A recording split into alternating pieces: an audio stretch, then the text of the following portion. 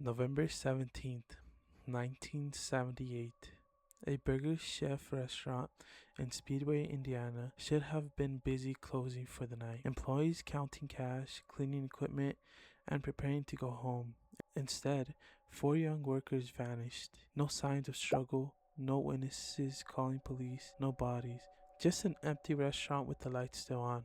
At first, investigators believed the employees had stolen money from the register and disappeared on their own. But 2 days later, a horrifying discovery would transform a simple robbery investigation into one of America's most baffling unsolved murder cases. More than 4 decades later, detectives still debate what happened inside that restaurant, and some investigators believe they know exactly who did it. The problem is proving it. This is the story of the Burger Chief murders. The city of Speedway sits just outside Indianapolis. In 1978, it was the kind of community where people left doors unlocked and teenagers worked late night shifts without fear. The Burger Chief restaurant on Crawford Valley Road was a popular local spot. On that evening, November 17th, four employees were working the closing shift. Jane Frederick, age 20, Ruth Shelton, age 17, Daniel Davis, age 16, Mark Flemons, age 16. None of them had any idea they would never make it home. As midnight approached, customers became fewer and fewer. The employees began preparing to close. At some point during the night, something happened. Exactly what happened remains unknown. What investigators know is what was discovered after midnight. An off-duty employee arrived at the restaurant. Immediately something felt wrong. The back door was unlocked. The safe was open. Money appeared to be missing, and most disturbing of all, every employee had vanished.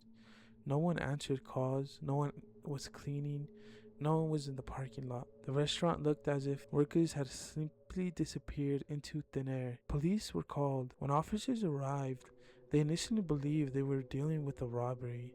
After all, cash was missing. The safe appeared disturbed, and there was little evidence suggesting violence. Investigators theorized the young employees may have been kidnapped during a robbery and would likely be found alive. Unfortunately, they were wrong. The crime scene became controversial almost immediately. In a decision that would haunt investigators for decades, police did not initially treat the restaurant as a major crime scene. The assumption was that the missing employees would soon be located. Some officers reportedly believed the scene had been staged. As a result, parts of the restaurant were cleaned before forensic specialists could fully examine it. Potential evidence may have been lost forever. Years later, the investigators would openly criticize how the early hours of the investigation were handled. Meanwhile, families waited. Hours turned into a full day, then another. No ransom demands arrived. No credible sightings emerged. The community became terrified. Four young people had vanished simultaneously. That wasn't normal. Even in the 1970s, mass disappearances were exceptionally rare. Rumors spread rapidly. Some believed organized criminals were involved.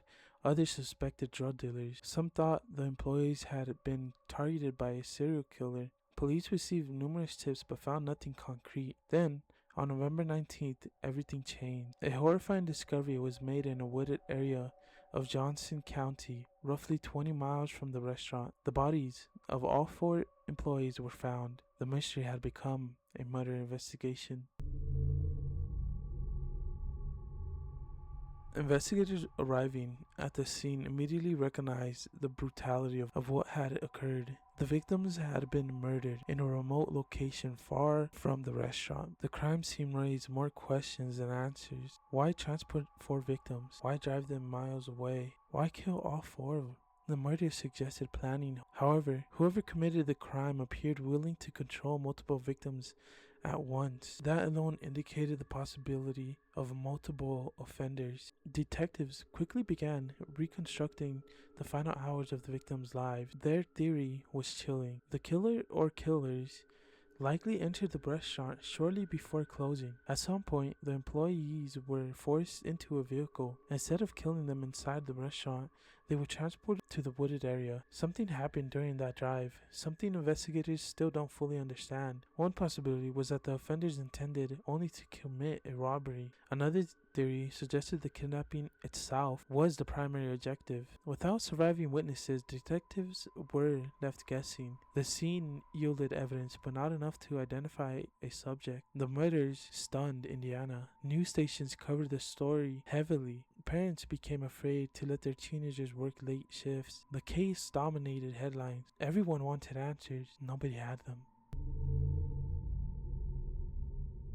As investigators dug deeper, witness accounts began producing possible leads. One witness reported seeing suspicious activity near the restaurant around the time of the disappearance. The account would become one of the most important leads in the entire case. According to FBI records later reviewed by investigators, a witness encountered two unidentified men connected to the scene. One man reportedly had a bushy beard and mustache. The second had shorter dark hair and was clean shaven. The witnesses later told investigators that one of the men claimed there had been vandalism and instructed her to leave the area. That statement immediately raised suspicions. Why would random civilians be directing people away from the restaurant? Who were these men? Police artists created sketches. Later, specialists from Purdue University helped create clay busts based on witness descriptions.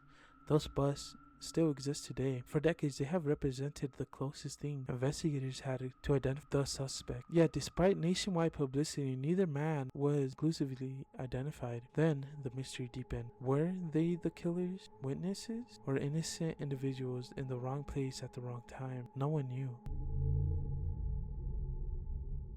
Over the years, detectives investigated numerous suspects. Some were local criminals, others were connected to robberies occurring throughout the region.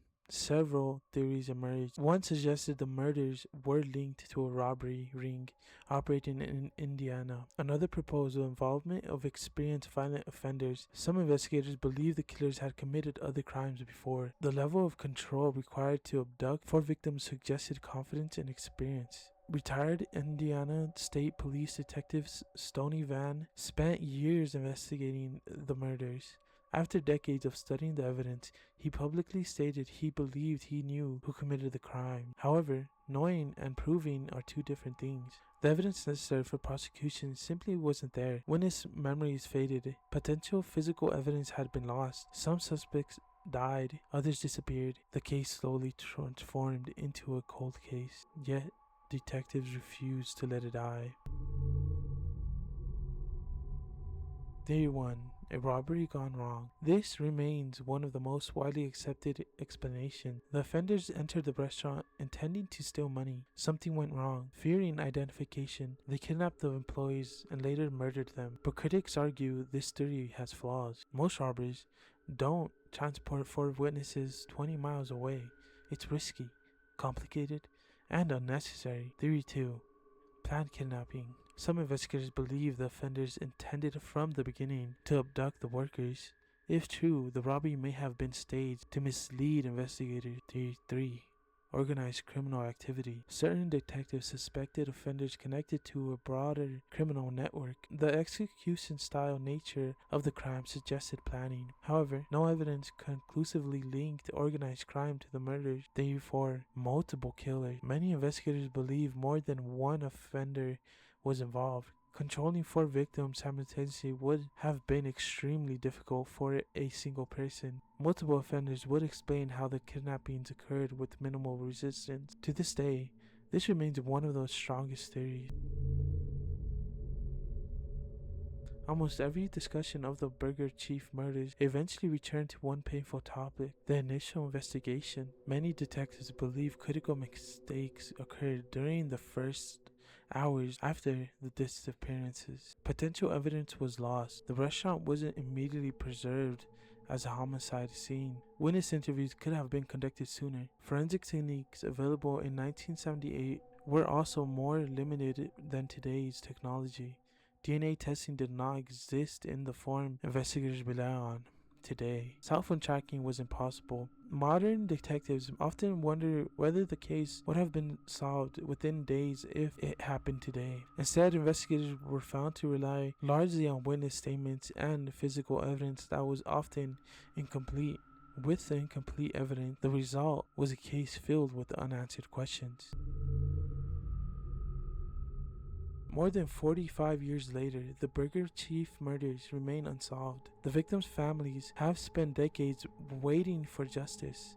Investigators continue reviewing evidence. Cold case detectives have periodically revisited the leads. Advances in forensic science have solved cases much older than this one. That means hope remains. Retired investigators have openly admitted they still think about this case. Some say they know who committed the murders, others disagree. The passage of time has only deepened the mystery. Clay busts still exists, witness statements still exist, the crime scene photographs still exist. Somewhere in those files may be the final clue, a clue capable of identifying the people responsible for one of Indiana's most infamous unsolved crimes. And until that happens, the Burger Chief murders remain exactly what they were on that cold November night in 1978.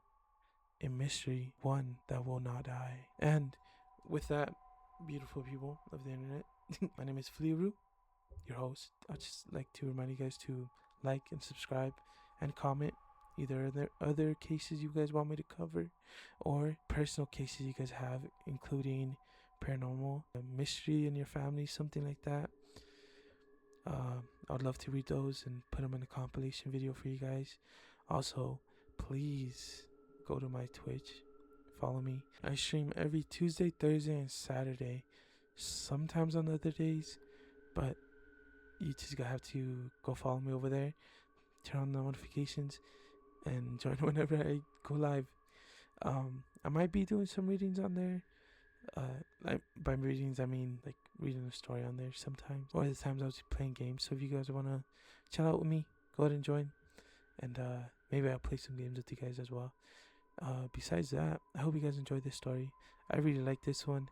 I've heard of it before, but I haven't heard about it like recently, so I wanted to cover it, and hopefully it can revive some people to look into the mystery, and maybe we can finally get an answer, because I am curious how the murders themselves happened and the kidnapping even started. I didn't dive too deep into the theories, but they were very interesting to read. Yeah, I hope you guys enjoyed this deepish dive I did, and hopefully I can do more in the future. And with that, ladies and gentlemen, and non-binary folks, people of the internet, I hope you enjoyed. Goodbye.